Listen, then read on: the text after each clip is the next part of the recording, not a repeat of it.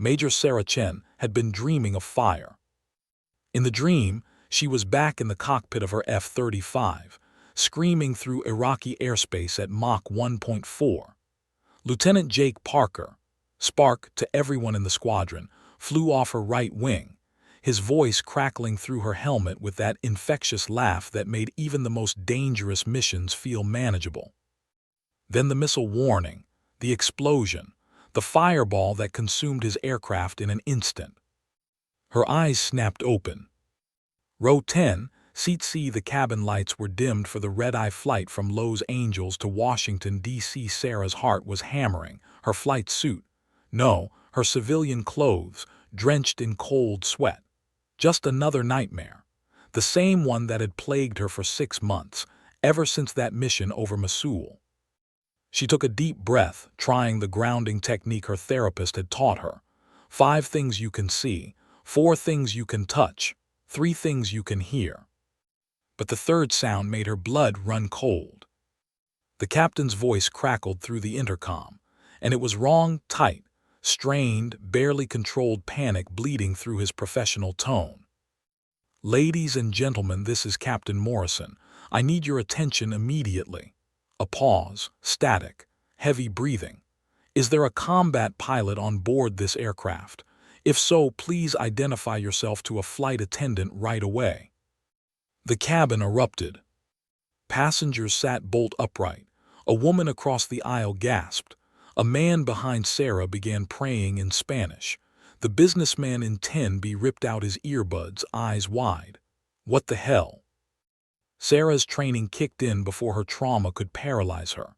She'd spent 12 years in the Air Force, flown over 100 combat missions, landed on pitching carrier decks in storms that would ground commercial traffic for days. But she'd also been grounded for 6 months. Psychological evaluation pending, not cleared for duty. The nightmares, the flashbacks, the crushing guilt. A flight attendant rushed past, young and clearly terrified, her professionally calm mask cracking. Sarah reached out and caught her arm. "I'm a pilot." Her voice came out steadier than she felt. "What's happening?" The flight attendant, her name tag read Marcus Chen, and Sarah noted the irony of sharing a last name, looked at her like she was seeing an angel descend from heaven. "Both pilots are incapacitated, food poisoning from the crew meal. Captain Morrison can barely stay conscious, and First Officer Williams is unconscious on the cockpit floor." Marcus's voice dropped to a whisper. "The autopilot just failed. We're over the Rockies and we're descending." Sarah felt the world tilt, not from the aircraft, from the weight of what he was saying. 247 passengers. She'd counted them boarding out of habit, the way combat pilots count everything that might matter in an emergency. 247 souls at 35,000 feet in a crippled aircraft, and she was the only person on board who might be able to save them. But she hadn't touched a cockpit in 6 months, hadn't been cleared, hadn't been able to close her eyes without seeing Spark's fighter disintegrating in that orange fireball. Her hands began to tremble. "Ma'am," Marcus's voice cut through her spiral, Can you help us?" Around them, the cabin was descending into chaos. A baby screamed. Someone was crying. The man in 10B was frantically texting, probably saying goodbye to his family. Through the window, Sarah could see the jagged peaks of the Rockies below, getting closer. The aircraft was definitely descending, the subtle change in air pressure making her ears pop. She thought of Spark, his last words over the radio, "You've got this, boss, you always do."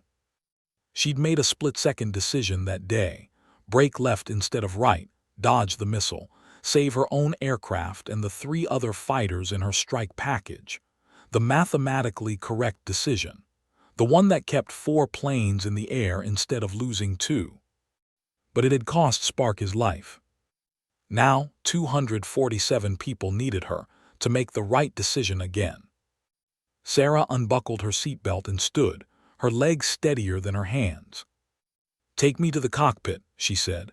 Now, walk from row 10 to the cockpit felt like traversing a battlefield.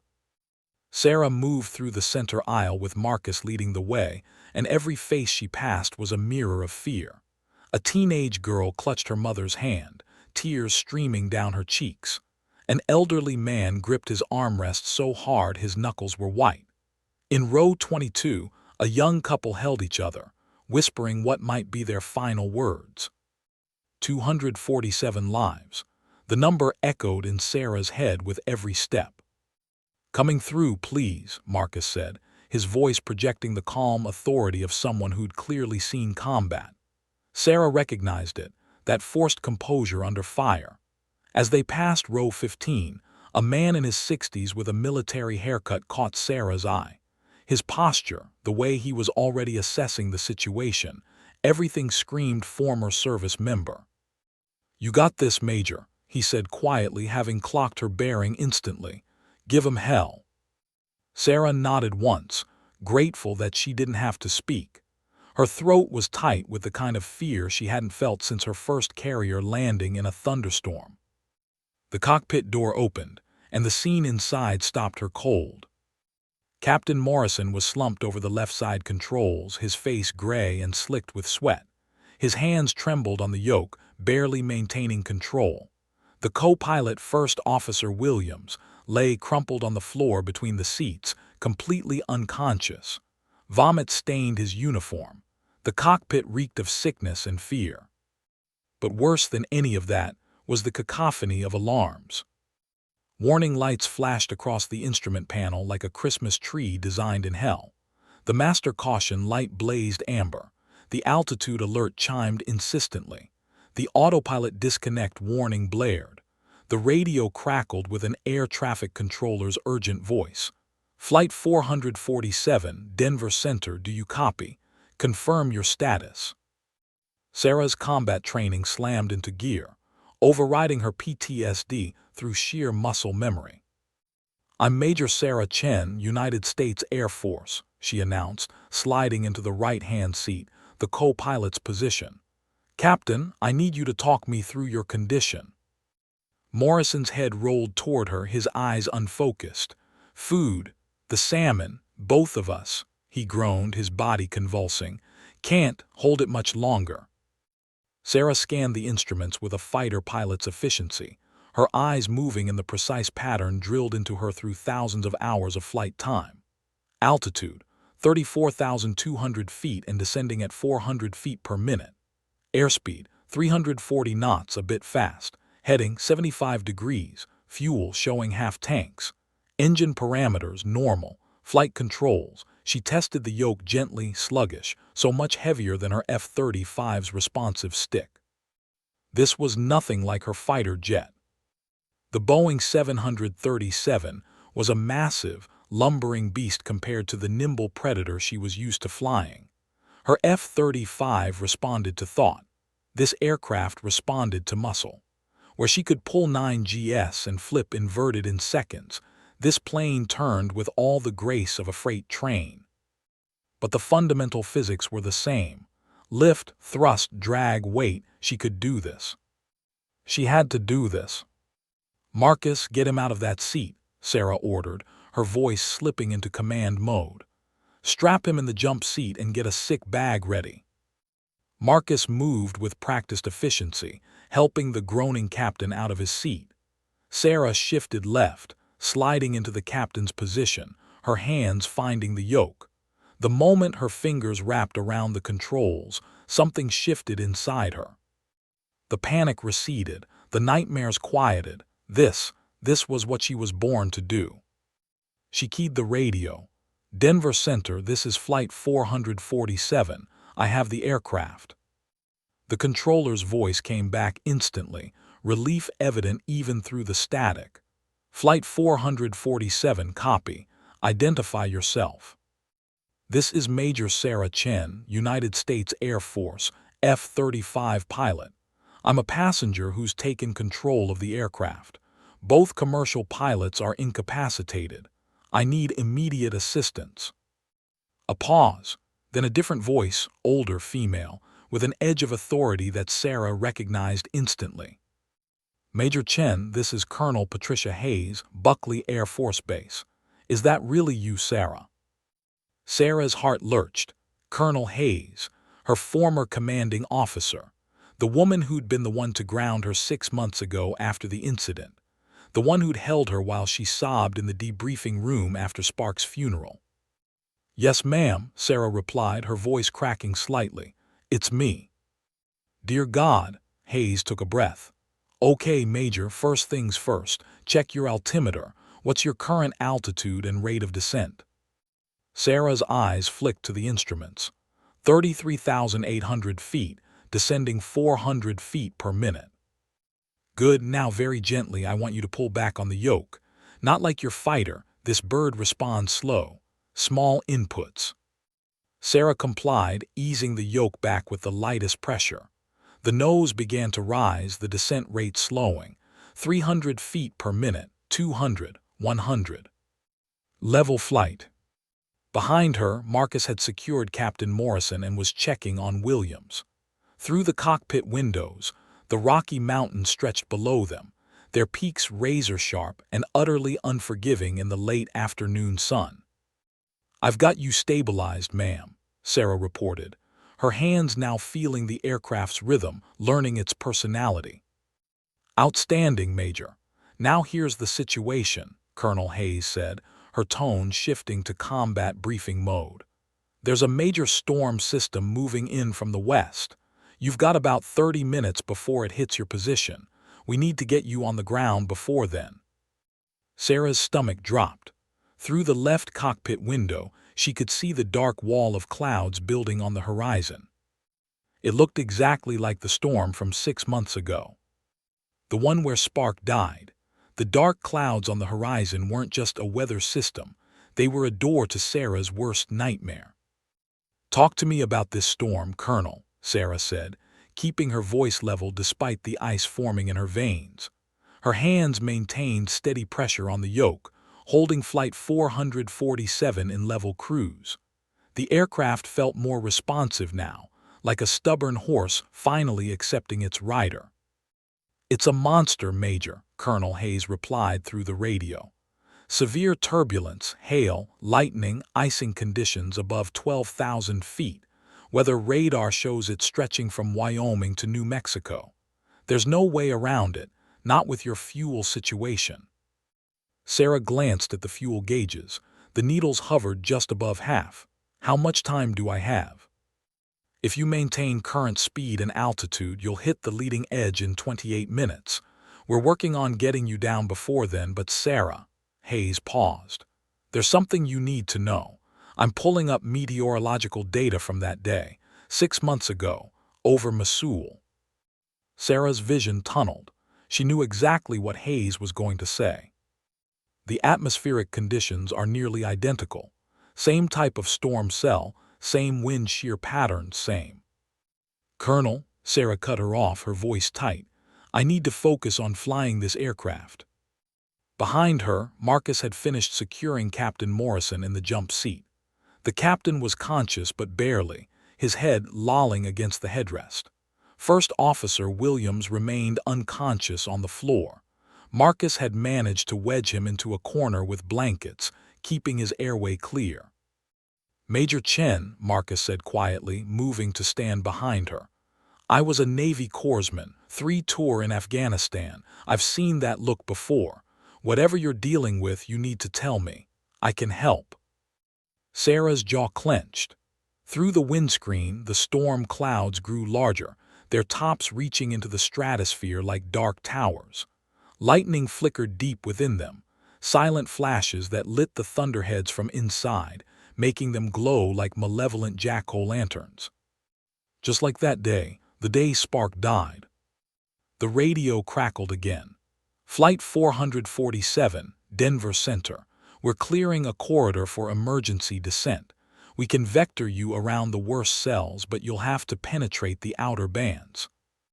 Sarah's hands began to tremble on the yoke. "Not now, not now." She forced them still through sheer willpower. "Copy, Denver. What are my options for landing?" A new voice came on, male, calm, with the measured tone of someone who'd talked thousands of pilots through emergencies. Major Chen, this is Captain Mike Dawson, United Airlines training instructor. I'm here to help. First, let's talk about what you're flying. Have you ever been in a 737 cockpit before? Negative, Sarah admitted. I flew T-38s in training, then straight to fighters. Last civilian aircraft I touched was a Cessna 172 when I was 19. She heard Dawson take a breath. Okay, we can work with that. The 737 is a stable platform. She'll forgive a lot. Right now, I need you to familiarize yourself with the primary flight instruments. The attitude indicator directly in front of you, that's your artificial horizon. Airspeed indicator to the left, altimeter to the right, just like your T-38. Sarah's eyes scanned the instruments. It was similar to her trainer from flight school, but everything was bigger, slower, more information than she needed. In her F-35, the displays were clean, digital, telling her exactly what she needed to know for split-second combat decisions. This was different. This required patience. I've got the instruments identified, Sarah confirmed. What about approach and landing procedures? We'll get there, Major. First, let's talk about that storm. The clouds were closer now. Sarah could see the rain shaft beneath them, a gray curtain sweeping across the landscape. The radar display on the center console, she'd figured out how to read it in the last 5 minutes, showed angry red and magenta cells directly in their path. Major Chen, Colonel Hayes came back on. I'm going to be honest with you. I've spoken with the weather service. This storm is intensifying faster than predicted. If you try to go through it, she paused. The turbulence could exceed the structural limits of the aircraft. Sarah felt her breath catch. And if I try to go around? You don't have the fuel. You'd have to divert to Salt Lake City, and you'd be running on fumes. Marcus leaned closer, his voice low. Major, whatever happened to you before, I can see it eating at you. But those people back there, they're not soldiers, they're families, kids. They need you present, not stuck in the past. Through the cockpit windows, lightning forked through the dark clouds, brilliant white against the black. Sarah's vision flickered. Suddenly, she wasn't looking at the storm ahead. She was looking at the missile trail from 6 months ago, the bright lance of fire that had streaked across the sky toward Spark's fighter. She'd made the call, break left, save the package, lose Spark. The mathematically correct decision, the one that haunted every nightmare. Major, Hayes's voice cut through. I need you with me. What's your decision, through the storm or around it? Sarah's hands gripped the yoke harder. In the cabin behind her, 247 people waited. In the clouds ahead, her demons waited. She keyed the radio. We're going through. First shutter hit flight 447 like a giant's fist. Sarah had begun her descent 5 minutes earlier, following Colonel Hayes's vectors through what was supposed to be the weakest part of the storm cell. The altimeter unwound steadily, 30,000 feet, 28,000, 26,000. The plan was simple. Get below the worst of the turbulence, maintain controlled descent, and break through to clear air on the other side. But storms don't follow plans. Flight 447, Denver Center. Radar shows you're entering the outer band now. Expect moderate turbulence. The words were barely out when the aircraft dropped 50 feet in an instant. Sarah's stomach lurched into her throat. The yoke jerked in her hands. Behind her, Marcus grabbed the back of her seat to keep from being thrown against the cockpit ceiling. That's moderate, Sarah muttered, fighting to keep the wings level. Then the real turbulence hit. The 737 bucked like a rodeo bull. The nose pitched up violently, then down. The right wing dropped 20 degrees before Sarah could correct. Warning bells screamed. The overhead panel rattled. Loose items, charts, a flashlight, a water bottle became projectiles bouncing off the walls. Captain Morrison groaned from the jump seat. In the cabin, Sarah could hear screams even through the reinforced cockpit door. Hand fly it, Major, Captain Dawson's voice came through the radio, steady as a heartbeat. Don't fight the turbulence, ride it. Small corrections. Let the aircraft do the work. Sarah's training took over. In her F-35, she'd flown through surface-to-air missile fire, through the turbulent wake of her own supersonic shock waves. But this was different. The 737 wasn't built for aggressive maneuvering. Every input had to be smooth, measured, patient. Lightning exploded directly ahead, so close Sarah saw spots. The flash illuminated the inside of the storm cloud, a churning cathedral of vapor and violence. Thunder cracked so loud it rattled her teeth. And suddenly she was back there. Iraqi airspace. 6 months ago. The storm had come out of nowhere, a freak weather system that the intelligence briefing had missed. Her four-ship formation, Spark on her wing, Dice and Hammer trailing, had been 15 minutes from target when they hit the clouds. "Boss, I'm getting weird radar returns," Spark's voice had crackled through her helmet. "Could be weather, could be." The missile warning had screamed. Sarah's hands locked on the yoke. Her vision tunneled. The cockpit around her faded, replaced by the heads-up display of her F-35, the angry red chevron indicating missile lock, Spark's fighter beside her, the split-second decision. "Sarah."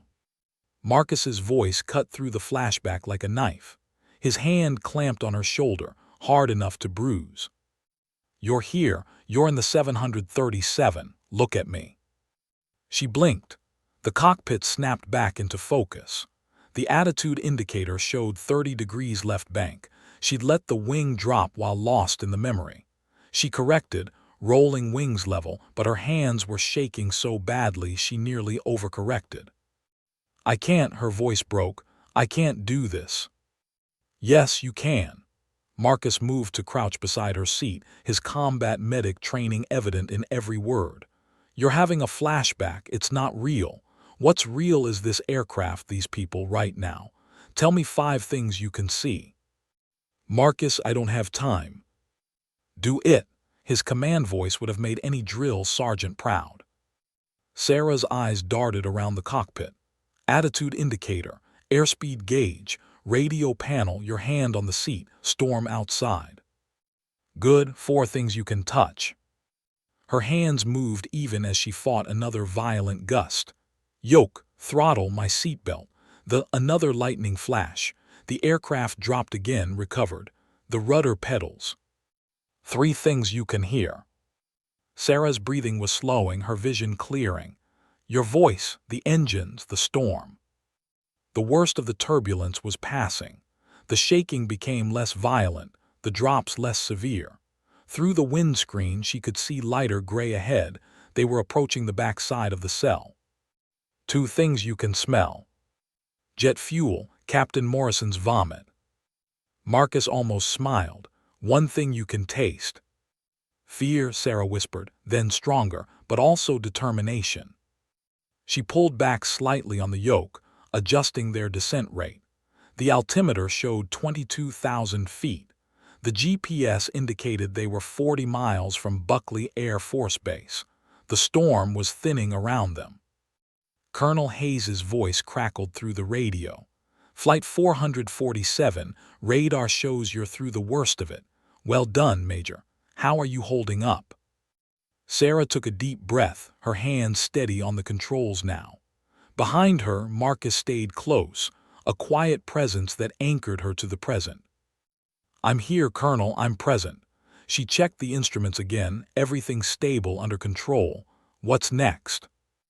"Next we talk about landing. And Sarah," Hayes paused, "there's something you need to know about your landing gear."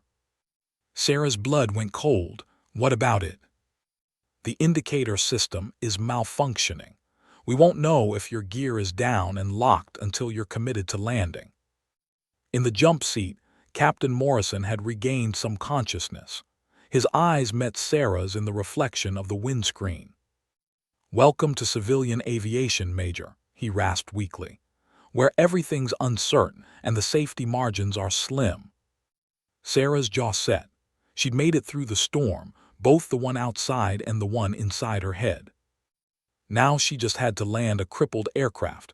with potentially non-functioning landing gear. How hard could it be? 22,000 feet and descending. Sarah had 8 minutes to make a decision that would determine whether 247 people lived or died. Major Chen, this is Colonel Hayes. Let me lay out your options clearly. Sarah adjusted the throttles, maintaining a steady 500 foot per minute descent. Through the windscreen, the landscape below was emerging from the storm's shadow. The sprawling urban grid of Denver to the north, the rugged foothills of the Rockies to the west, and somewhere ahead, 2 potential landing sites that represented 2 very different gambles. Option 1, Denver International Airport, Hayes continued. Runway 16R34L is 16,000 feet long, plenty of room for error. Full emergency services on standby. It's designed for situations exactly like this. What's the catch? Sarah asked, though she could already guess. Distance and fuel. You're 93 miles out. With your current fuel state and the headwinds, it'll be tight. Very tight. If you have to execute a go-around for any reason, you won't get a second chance. Sarah glanced at the fuel gauges. The needles had dropped noticeably even in the last few minutes. Captain Dawson had walked her through the fuel consumption calculations, and the math was brutally simple. Every mile cost them options. Option 2, she asked, though her chest was already tightening. She knew what Hayes was going to say. Buckley Air Force Base. Military installation, 47 miles from your current position. Runway 12 is 11,000 feet, shorter than Denver International, but still more than adequate for a 737. You'd have fuel to spare, and the entire base is already mobilizing for your arrival. Sarah's hands gripped the yoke tighter.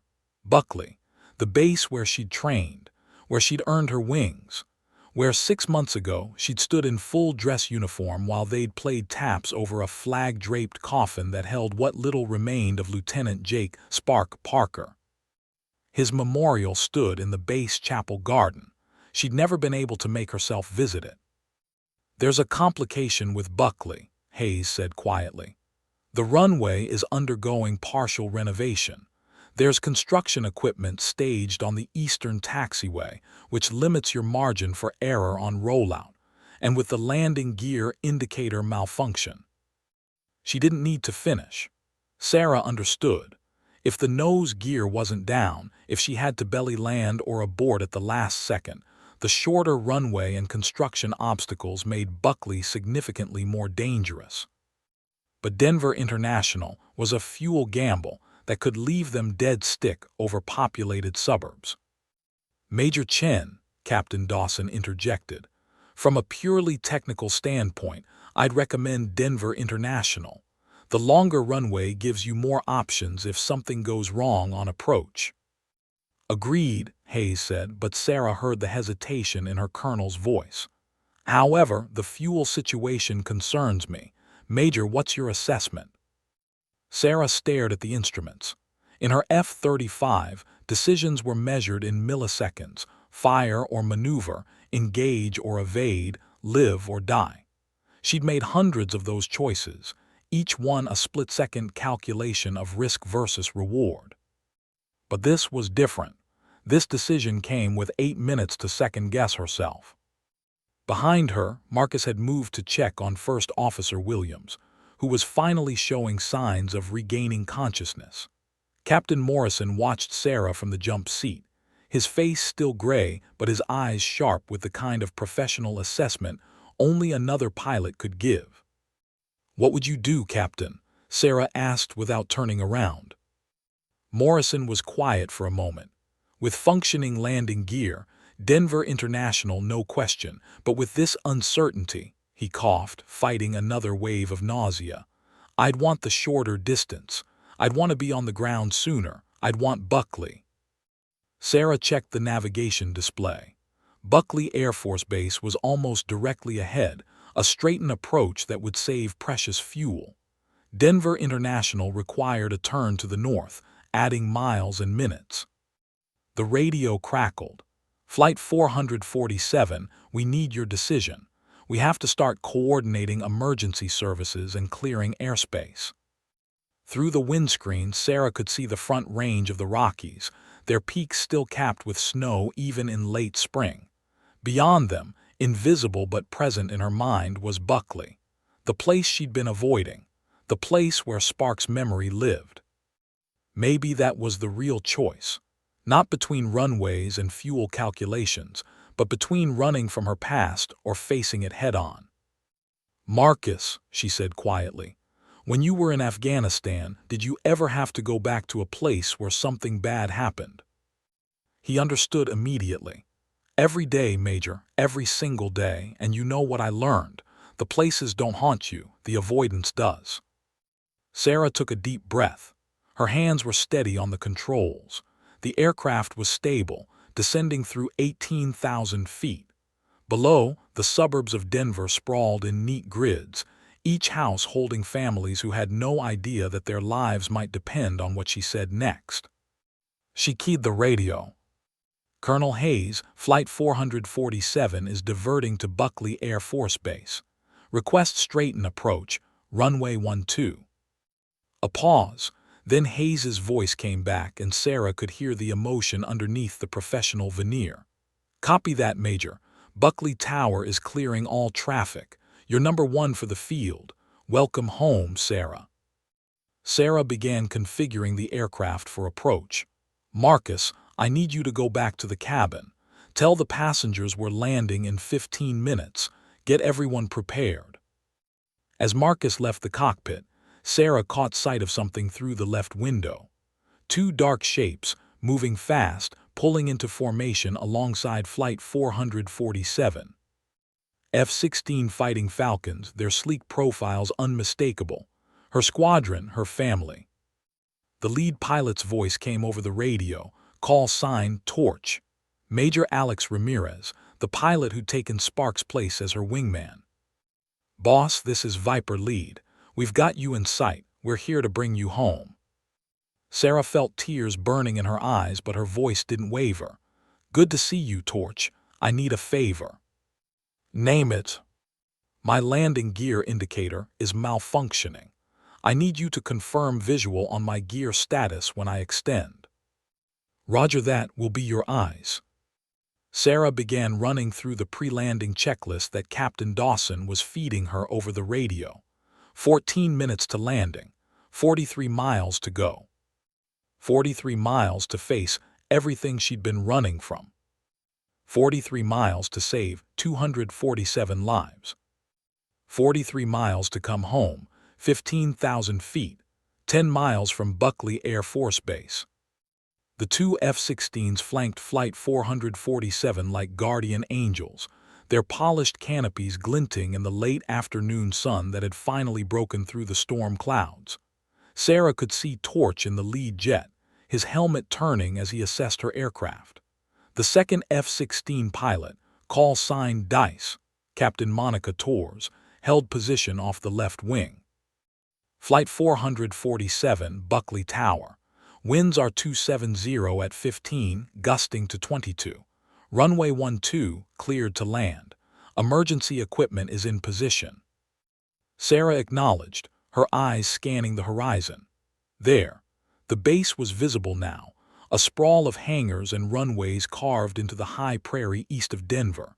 Even from this distance, she could see the flashing lights of fire trucks and ambulances lining the runway like a parade of red and white sentinels. "All right, boss," Torch's voice came through. "We're going to need you to extend your landing gear. We'll drop below and behind to give you a visual confirmation." Sarah's hand moved to the landing gear lever. This was it, the moment of truth. She pulled the lever down. The hydraulic hum vibrated through the airframe. The aircraft shuddered slightly as the massive gear doors opened and the wheels began to extend. Sarah's eyes locked on the 3 green lights that should illuminate on the panel, one for each main gear, one for the nose. 2 lights turned green. The nose gear light remained dark. "Negative nose gear indication," Sarah reported, her voice tight. "Main gear showing down and locked. Nose gear unknown." Captain Dawson's voice came back immediately. That could be just the indicator, Major. The gear might be down. We just can't confirm it from the cockpit. Or it could actually be up, Sarah replied flatly. In which case I'm going to land this aircraft on its nose the moment the mains touch down. The F-16s had dropped below Flight 447 now, Torch pulling up underneath the fuselage while Dice maintained separation. Sarah held the aircraft steady, giving them a stable platform to inspect. The seconds stretched like hours. In the cabin behind her, Marcus was going through the emergency landing procedures with the passengers. She could hear his voice through the door, calm, authoritative, reassuring. The retired Army sergeant she'd noticed earlier, Staff Sergeant David Walsh, was helping coordinate the evacuation preparation, moving through the rows with military efficiency. In row 15, the little girl with the deployed father clutched her Marine Corps teddy bear. Her mother held her tight, whispering prayers Sarah couldn't hear but understood intimately. "Boss," Torch's voice cut through her thoughts, "I've got good news and bad news." Sarah's heart hammered. "Give it to me straight, Torch." "Good news. Your right main gear is down and locked, looks perfect. Left main gear is down and locked, also perfect. And the bad news. Nose gear is partially extended. I can see the wheels, but the gear doors haven't fully retracted. It looks like it's maybe 75% down. I can't tell if it'll lock or if it'll collapse on touchdown." Sarah processed this. Partially extended was almost worse than fully retracted. At least with the gear fully up, she'd know exactly what to expect. A controlled belly landing, nose high, minimal damage. But partially extended meant uncertainty. It might hold. It might collapse. It might dig into the runway and cartwheel the entire aircraft. "Can you see any hydraulic leaks? Any visible damage?" "Negative. Everything looks clean. Whatever's preventing full extension isn't visible from here." Colonel Hayes came on the line. "Sarah, we're looking at your options. You can attempt a normal landing and hope the nose gear holds, or you can try to hold the nose off the runway as long as possible to bleed off speed." "How long can I hold it?" Sarah asked Captain Dawson. "In a 737, with proper technique, you might get down to 60, maybe 70 knots before aerodynamic forces won't support the nose weight anymore. After that, it's coming down whether you want it to or not." Sarah's mind raced through the physics. Landing speed for a 737 was roughly 140 knots. If she could hold the nose off until 70 knots, that cut the energy by more than half. Less speed meant less force, meant better odds the partially extended gear would hold instead of collapsing. But it also meant an incredibly delicate balancing act. Too much back pressure and she'd tail strike. Too little and the nose would drop early at high speed. "Major Chen," a new voice broke in, older, weathered, carrying the weight of authority. "This is General Marcus Blackwood, base commander at Buckley. I've been listening to this entire situation, and I want you to know something." Sarah waited. 12 years ago, you landed an F-35 with battle damage on this very runway. Hydraulics failing, right aileron stuck, and you still put it down like you were parking it in a garage. I was tower chief that day. I watched the whole thing. Sarah remembered. Her second deployment.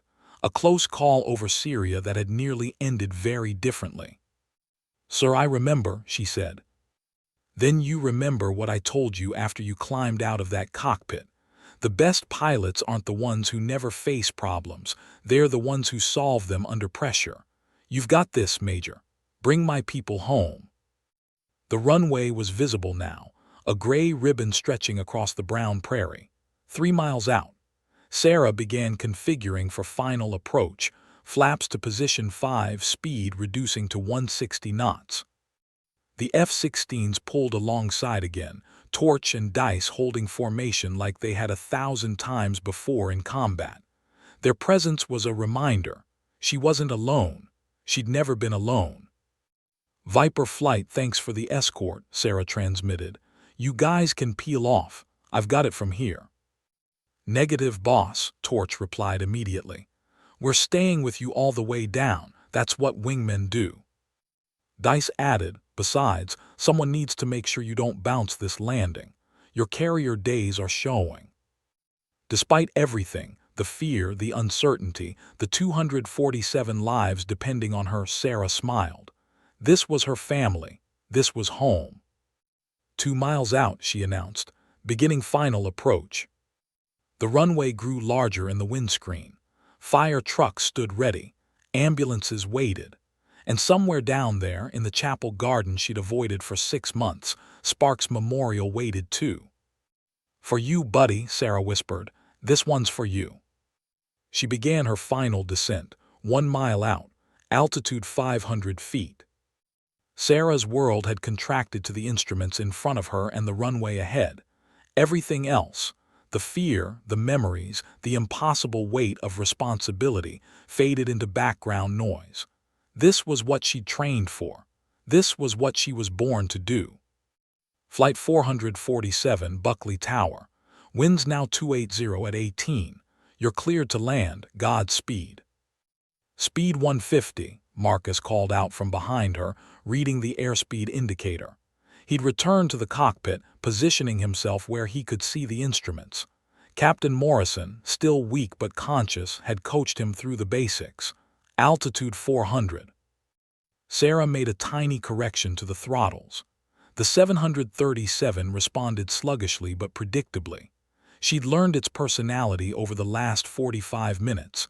It was honest, straightforward, forgiving. Not like her F-35, which demanded perfection, but like a reliable old truck that would get you home if you treated it right. Flaps to 30, Captain Dawson instructed over the radio. That'll give you maximum lift at lower speed. Sarah reached for the flap lever, extended it. The aircraft shuddered as the flaps deployed, increasing drag and lift simultaneously. The nose wanted to pitch up. She corrected with gentle forward pressure. Speed 140, altitude 250. Through the windscreen, the runway was a gray stripe growing wider by the second. Sarah could see individual details now.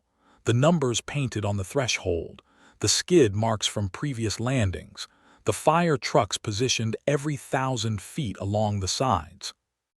Viper lead has you visual, Torch transmitted. You're looking good, boss. Stable approach on centerline. We're breaking off now. The 2 F-16s peeled away in opposite directions, their afterburners momentarily lighting as they climbed. Sarah was alone now, just her, the aircraft and the ground rushing up to meet them. Speed 135, altitude 100. In the cabin, 247 people sat in brace positions. Marcus had briefed them perfectly, heads down, hands over their heads, feet flat on the floor. Staff Sergeant Walsh had personally checked every seatbelt in his section. The young girl in row 15 squeezed her teddy bear tight, her mother's hand locked with hers. Speed 130, altitude 50. Sarah's hands made micro-adjustments to the yoke. The runway threshold passed beneath them. She began to flare, pulling back gently, raising the nose, bleeding off speed, converting forward momentum into lift for just a few more seconds. Altitude 30, 25, 20. The main gear kissed the concrete with a chirp of rubber on asphalt. Perfect. Textbook. Sarah had planted it exactly on the 1,000-foot markers, giving her maximum rollout distance. But the real challenge was just beginning. She pulled the throttles to idle and immediately pulled back on the yoke, holding the nose up, keeping the damaged nose gear off the runway. The aircraft decelerated, but slowly, too slowly. Her speed was still over 100 knots, and the nose was getting heavier by the second. Speed 110, Marcus called out. 195. Sarah's arms burned from the effort of holding the yoke back. In an F-35, the stick was light, responsive, computer-assisted. This was pure muscle, fighting against aerodynamic forces and gravity, holding up 50,000 pounds of aircraft nose with nothing but control surfaces and willpower. Speed 85. Nose is coming down, Major. Not yet, Sarah grunted through clenched teeth. Not yet. She pulled harder. The yoke was nearly in her lap now. The stall warning chirped. She was running out of airspeed, running out of lift, running out of time. Speed 75. Major, you can't hold it much longer. Just a few more seconds. 68 knots. Nose is dropping. Sarah felt it, the moment when physics won. The nose began to fall despite her full back pressure. She couldn't stop it, could only hope that the partially extended gear would hold. Time seemed to slow. The nose descended in what felt like slow motion. Sarah held her breath. Marcus gripped the back of her seat. In the cabin, people prayed. The nose gear touched the runway. Metal screeched against concrete. Sparks erupted in a fountain of orange and white, visible even in daylight.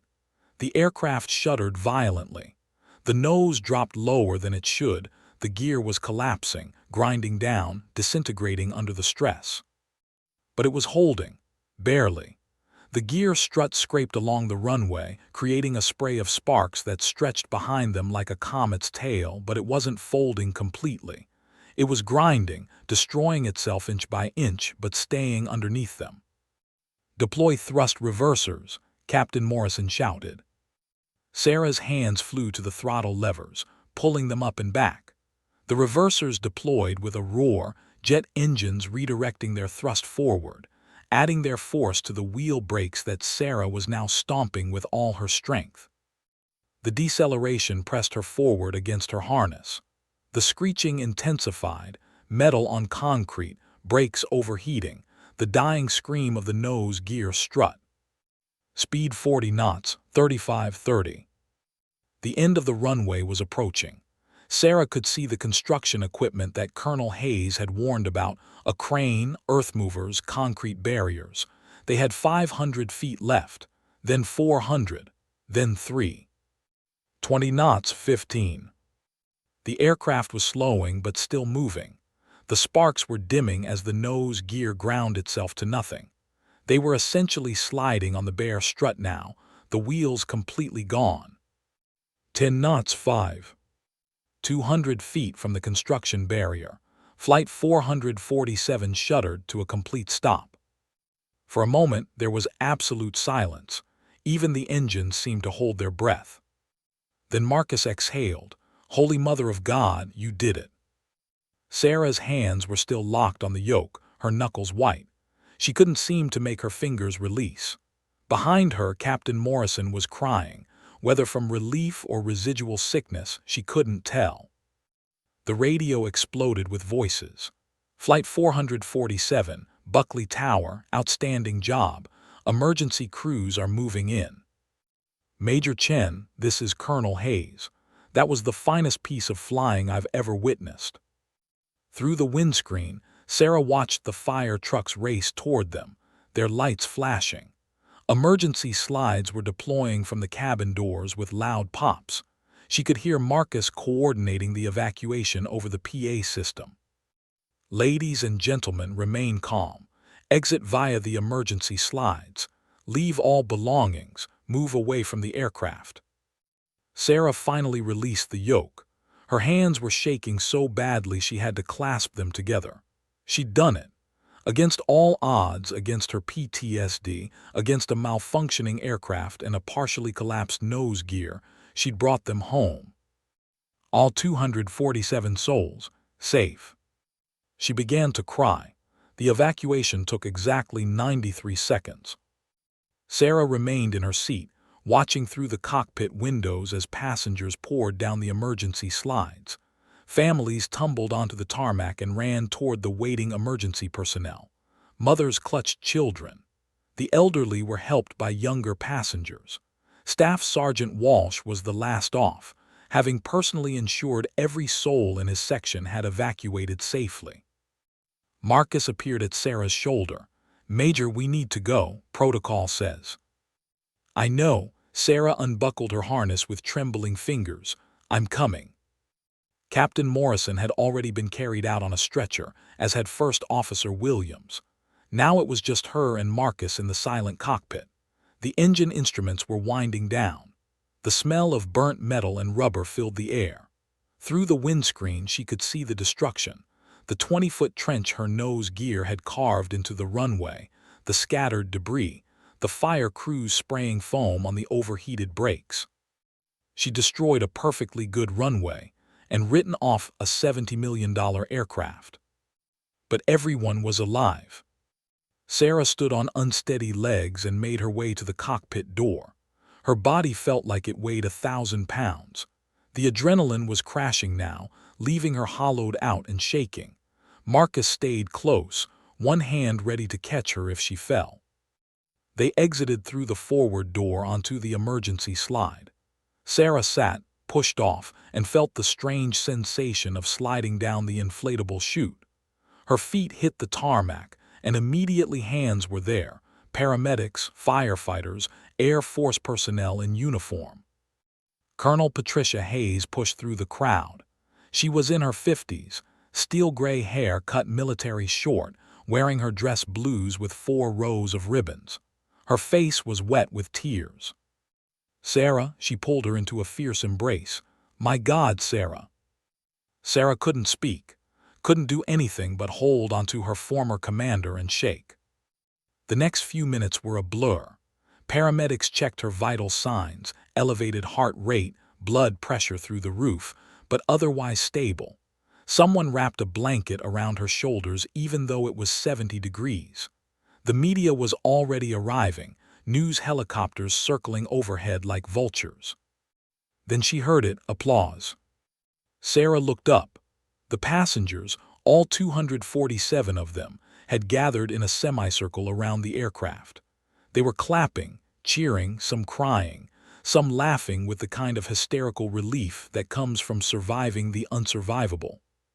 Staff Sergeant David Walsh approached, walking with the measured purpose of a man who'd crossed countless battlefields.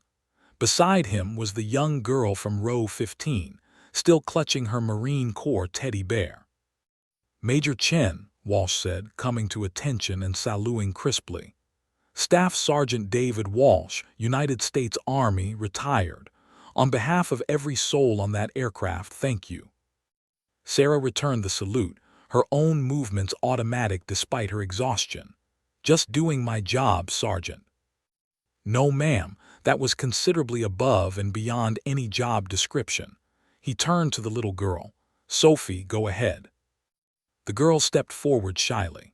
She couldn't have been more than 8 years old, with dark curls and her father's dog tags hanging around her neck, alongside a small pair of gold aviator wings pinned to her shirt. "My daddy's deployed," Sophie said in a small voice. "He's a pilot too, Marine Corps. He gave me these wings before he left." She unpinned them carefully and held them out to Sarah. "Mommy says you saved us. Daddy would want you to have these." Sarah knelt down, bringing herself to the girl's eye level. The wings glinted in the afternoon sun, real gold, worn smooth from years of wear. A father's most precious possession, entrusted to his daughter, now being offered to a stranger. "Sophie, these are your daddy's. You should keep them for when he comes home." "He has others," Sophie said with the absolute certainty of childhood. "But you don't have any. You earned them today." Sarah's vision blurred with fresh tears. She accepted the wings, feeling their weight in her palm, lighter than her Air Force wings, but somehow heavier with meaning. "Thank you," Sarah whispered. "I'll treasure these." Sophie threw her arms around Sarah's neck, and Sarah held her tight. This little girl who'd been so brave, who'd faced death with nothing but a teddy bear and trust that the adults would save her. When Sophie pulled back, Marcus was there, offering Sarah his hand. She stood, pinning the Marine wings to her shirt next to her heart. The crowd began to disperse. Passengers were being loaded onto buses for medical evaluation and debriefing. Captain Morrison, propped up on his stretcher, gave her a weak thumbs up as he was loaded into an ambulance. The media was being held back by Air Force security, but Sarah could see the cameras, the reporters shouting questions she couldn't hear. Colonel Hayes touched her shoulder. "There's someone waiting for you, at the chapel." Sarah's breath caught. "Colonel, I don't think I can." "You can. You just landed a crippled aircraft with 247 souls aboard and a partially collapsed nose gear. You can do this too." The chapel was a 10-minute walk across the base. Hayes walked with her, saying nothing, just providing silent support. Major Torch, Ramirez and Captain Dice Torres had landed their F-16s and joined the procession, still in their flight suits. Marcus walked beside her too, this stranger who'd become her anchor in the storm. They reached the chapel garden. It was quiet, peaceful, with a small fountain and carefully tended flowers. And there, on a simple granite memorial stone, was Sparks' name. Lieutenant Jacob Spark Parker, United States Air Force, 1995-2024. Sarah approached slowly. The last time she'd seen this memorial was from a distance, at his funeral, surrounded by hundreds of mourners. She hadn't been able to make herself come closer. The guilt had been too overwhelming. Now she stood before it, alone except for the people who loved her standing respectfully back. "Hey, Spark," she said quietly. "I'm sorry it took me so long." The afternoon breeze rustled the leaves. A hawk circled overhead, riding the thermals.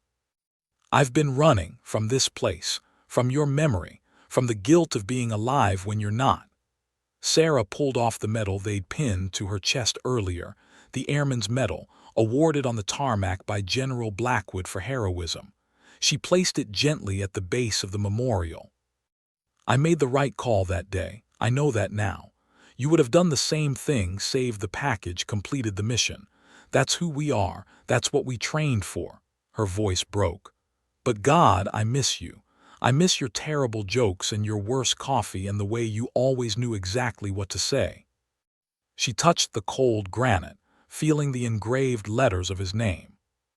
247 people are alive today because I didn't let the fear win, because I remembered everything you taught me about being a pilot, a leader, a fighter.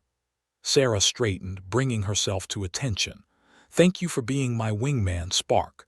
I promise I'll honor your memory by living, really living, not just surviving." She saluted, holding it for a long moment. Then she turned and walked back to where her friends waited. Colonel Hayes embraced her again, ready to go home.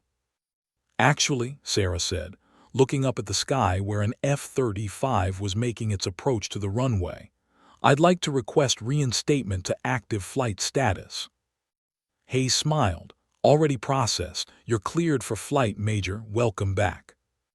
6 months later, Sarah stood on the stage at the White House, receiving the Congressional Gold Medal from the President. The ceremony was formal, grand, filled with politicians and press. But that wasn't the moment that mattered. The moment that mattered came that evening, when she returned to Buckley Air Force Base and climbed into the cockpit of her F-35 for the first time since Sparks' death. The canopy closed, the engine spooled up, and when she lifted off that runway, the same runway where she'd saved 247 lives, she felt no fear. Only freedom. She banked west toward the mountains, the sunset painting the sky in shades of orange and gold. Torch flew on her wing, right where a wingman should be. "Where to, boss?" he asked. Sarah smiled, her hands confident on the controls, her heart finally at peace. "Anywhere, everywhere. The sky's ours." And she flew. The end.